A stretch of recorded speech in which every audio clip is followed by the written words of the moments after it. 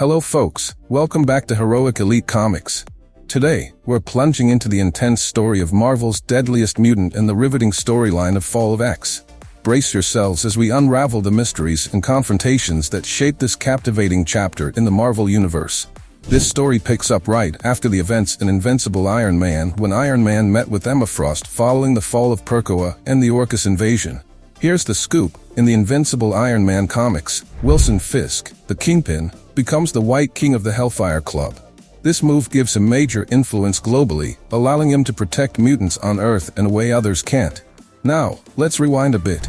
In Invincible Iron Man, after Iron Man left Emma Frost in the sewers, Wilson Fisk pops up. He drops a bomb by saying, "If they haven't already, Orcas will seize your assets, resources crucial for our war effort." Quick heads up, Orcas is a shady government organization made up of groups like S.H.I.E.L.D., Hydra, and Advanced Idea Mechanics. They're big opponents of mutants in the Marvel Universe. With mutants now labeled public enemy number 1, they're stripped of rights. Orcas is out to grab their money and assets pronto. Enter Emma Frost, a character with a rich history. She's used her powers to amass serious wealth. Marvel might not specify the exact amount, but she's loaded. So, Orcas would target her first, seizing all the funds she's got. Now, let's explore this a bit more. The fall of Perkoa was a major event, and Orcas took advantage of it to invade Orcas Island. This sparked the whole conflict between mutants and Orcas. With Tony Stark and Emma Frost in the mix, things get even more complicated. Wilson Fisk's role as the White King of the Hellfire Club adds a political twist. The Hellfire Club is a big deal in the Marvel Universe, and Fisk taking charge has serious implications. He's not just a regular villain, he's a player in a high-stakes political game. Back to Orcas, it's not just any government organization. It's a coalition of various groups, each with its own agenda. S.H.I.E.L.D., Hydra, Advanced Idea Mechanics, they're all part of this anti-mutant force. This paints a grim picture for mutants, who are now facing a united front against them. The loss of mutant rights is a big theme here. Once labeled public enemy number 1, mutants are on the defensive. Orcas is hitting them where it hurts, their finances. Seizing assets and freezing bank accounts are tactics to cripple mutant resistance. Emma Frost's financial standing becomes a vulnerability.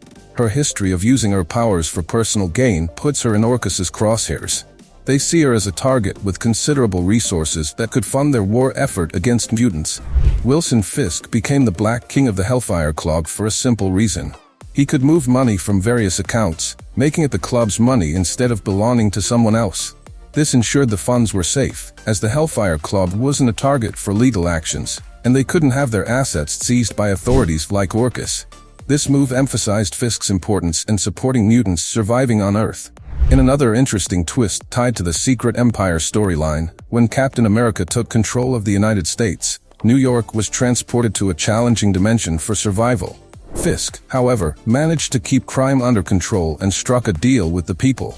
In exchange for safety, he asked for their votes when he ran for mayor. He won, and even though he's no longer the mayor, his influence remains significant. Fisk's sway over the legal system is particularly intriguing.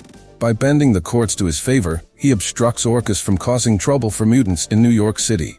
While he can't transform the entire city into a haven for mutants, he can certainly impede Orcas' actions. This unique ability to control the local government becomes a crucial asset for mutants. Shifting the focus to Tony Stark, despite his current financial struggles, he remains an Avenger. The Avengers covertly work in favor of mutants, aligning with the X-Men. Public opinion is against mutants, so the Avengers keep their support hidden to avoid a backlash. Tony Stark, akin to Fisk in the Hellfire Club, serves as the Avengers' link to the X-Men. There's this whole other side to the story involving Miss Kendall. Now, Miss Kendall is like a disguise for Emma Frost, who is otherwise known as a character with a fake identity. She uses this alias along with a special ring because there's some advanced tech out there that can expose a person's mutant identity. In a world threatened by Sentinels and AI tech exposing mutants, Tony Stark, known as the carefree playboy, takes on a secret role. He encounters Miss Kendall, Emma, impressed by her tech hiding mutant identities. Despite his public image, Stark is aware of serious threats like Firestar and Orcas. Orcas falsely manipulated memories, making mutants believe Firestar betrayed the X-Men. Tony Stark's involvement with Emma reveals a different side, exposing his knowledge of hidden dangers to mutants. Meanwhile, Kitty Pryde, once seemingly insignificant, emerges as a deadly force in the Orcas space station above Earth. Marvel transforms her into the most dangerous mutant. Using scuba gear to survive in space, Kitty infiltrates Orcas with a strategic plan. Despite alarms sounding, Kitty, the adept assassin, navigates multiple escape routes. Unaware of Jean Grey's tampering, she believes her mission is to take down a traitorous X-Man, showcasing the intricate layers of deception and danger in the mutant world. Here's the cool part, Kitty does some creative and deadly moves. First, she breaks a guard's neck. Then, she takes down another guard, grabs him by the foot, drops him through a hole, but makes him solidify halfway. The result? He's cut in half, drifting in space. It's intense. Now, imagine seeing this Kitty Pryde in the Marvel Cinematic Universe. This is the assassin side we rarely see in the comics, and it's awesome. Firestar stood outside the cell, addressing Kitty Pryde, saying, "Kitty, I need to talk. I've got a wild story to share." Kitty, holding her breath, phased through the ship's hull, making herself intangible, circling around, and attacking Firestar. She's deadly, being able to go through solid objects, making Firestar unable to be harmed. In her flaming form, Firestar explains the situation, how Jean Grey implanted memories of recruiting her as a double agent during the gala, where they seemingly lost. Before revealing this to others, Jean died, leaving Firestar alone in her new role as an unexpected X-Man. She didn't ask for it, but now she embraces it, knowing she can serve and be important as a proud mutant. Firestar asks Kitty to believe her, emphasizing the truth of her story. Kitty responds, acknowledging it as something Jean Grey would do. Having been an X-Man since her teenage years, Kitty has seen and experienced it all, even leading her own team. She understands Jean's tactics and assures Firestar that it all makes sense. When Firestar questions who else survived, Kitty, playing it safe, replies, "I don't know, and even if I did, I wouldn't tell you." This isn't about distrust, it's a strategy to prevent a single point of failure in organized resistance. Now, delving deeper, let's explore the dynamics between Firestar and Kitty Pryde. Firestar, unexpectedly thrust into the role of an X-Man, reflects on her journey. She didn't volunteer for this life, but Jean Grey orchestrated it, seeing potential in her service. Firestar's acceptance and pride in her mutant identity highlight her commitment to resisting adversities. Kitty Pryde, a seasoned X-Man, understands Jean's manipulative tactics. She reassures Firestar, acknowledging the familiarity of Jean's unconventional plans. Kitty's response is grounded in her extensive experience within the X-Men, having been part of the team since her early teenage years. Her leadership and deadly abilities stem from years of exposure to various challenges. As Firestar seeks information about survivors, Kitty's cautious response reveals the strategic mindset of a resistance member. It's not a lack of trust but a tactical approach to avoid a single point of vulnerability. In organized resistance, compartmentalization of information is crucial to prevent a domino effect if one member is compromised.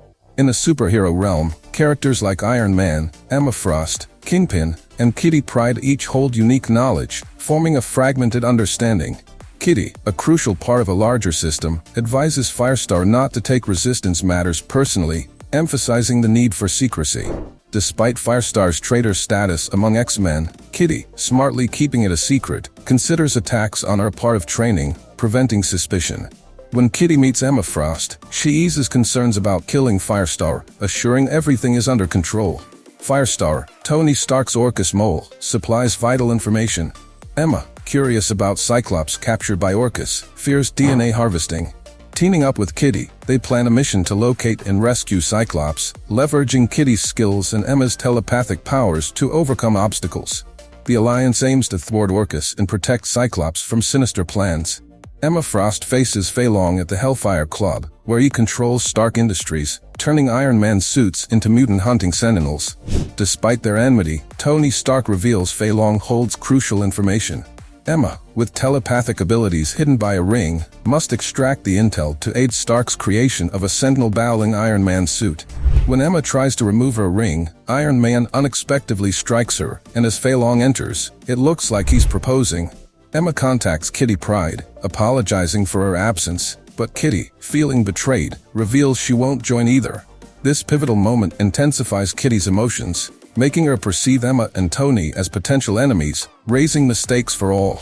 Tony's covert efforts to build the anti-Sentinel suit hinge on Emma's telepathic help. The story's complexity deepens as Stark not only constructs a potent suit but also seeks to understand the Sentinel's intricacies, ensuring his creation effectively counters their formidable abilities. The unfolding drama sets the stage for potential conflicts and alliances in the battle against Phelan's mutant-hunting Sentinels.